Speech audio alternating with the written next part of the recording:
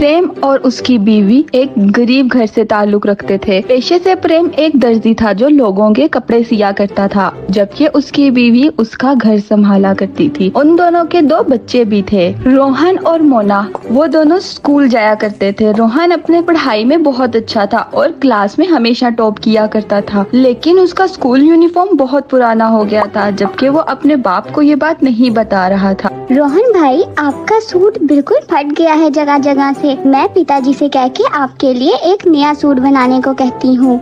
नहीं मोना, इस चीज की कोई भी जरूरत नहीं है। इस महीने पहले ही पिताजी के बहुत खर्चे हो चुके हैं। मैं नहीं चाहता कि मेरी वजह से उनका एक और खर्चा हो। हम अगले महीने देखेंगे। इसी तरह कुछ दिन गुजरते हैं।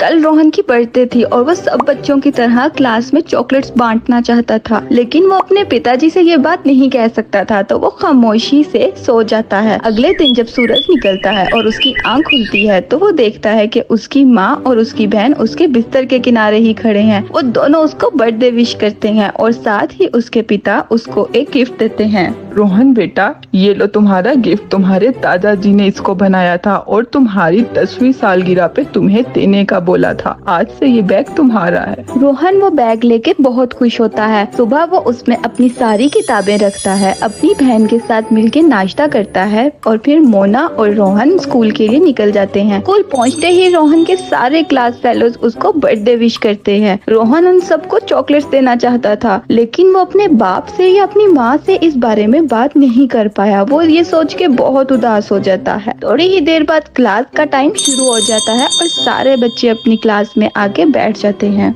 गुड मॉर्निंग क्लास, सब कैसे हैं? टीचर आपको पता है आज रोहन का बर्थडे है। रोहन इधर आओ मेरे पास। रोहन अपनी सीट से उठता है और टीचर के पास जाके खड़ा हो जाता है। चलो सब बच्चे क्लैपिंग करके रोहन को बर्थडे विश करो। इसके बाद रोहन क्लास में चॉकलेट्स डिस्ट्रीब्यूट कर देगा। मैम, लेकिन मैं चॉकलेट लाना घर से भूल गया हूँ। मैम, रोहन झूठ बोल रहा है, इसके बैग में बहुत ज्यादा चॉकलेट्स हैं। रोहन जाके अपना बैग चेक करता है, उसमें सच में चॉकलेट्स होती हैं। वो बहुत खुश होता है और सब बच्चों में वो चॉकलेट डिस्ट्रीब्यूट करता है। वो सोचता है कि शायद उसकी माँ ने या उसके पिता ने सुबह वो चॉकलेट उसके बैग में रख दी होंगी। इसके बाद क्लास होती है और रोहन वापस अपने घर आता है और अपनी माँ से कहता है, माँ, क्या सुबह वो चॉकलेट्स आपने मेरे बैग में रखी थी? सॉरी रोहन बेटा, मेरे पास इतने पैसे नहीं थे, इस वजह से मैं चॉकलेट्स लाके तुम्हारे बैग में नहीं रख पाई। हो सके तो मुझे माफ कर देना। वो सोचता है कि अगर माँ ने वो चॉकलेट्स नहीं रखी तो वो चॉकलेट्स आखिर आई कहाँ से। अभी ये सोच ही रहा होता है कि रोहन, तुम्हें इतने गिफ्ट किसने दिए हैं? देखो ये कितने गिफ्ट्स हैं। ये खिलौने, डॉल्स, ज्योमेट्री बॉक्स, ये सारे तुम्हें कहाँ से आए हैं? रोहन समझ जाता है कि जो बैग उसके दादा ने उसको दिया है ये सब उसमें से ही आया है। वो अपनी माँ को इस बारे में कुछ नहीं बोलता और कहता है, ये सारे मुझे मेरे दोस्तों ने दिए हैं। वो अपनी छोटी बहन के साथ बैठता है और उन खिलौनों के साथ खूब खेलता है।